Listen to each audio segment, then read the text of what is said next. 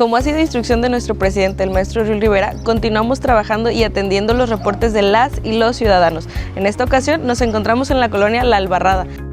Se brindó atención inmediata a la problemática de alumbrado público en esta zona, con el objetivo de fortalecer la seguridad y proteger la integridad de las y los colimenses. Se llevaron a cabo trabajos de reparación de luminarias.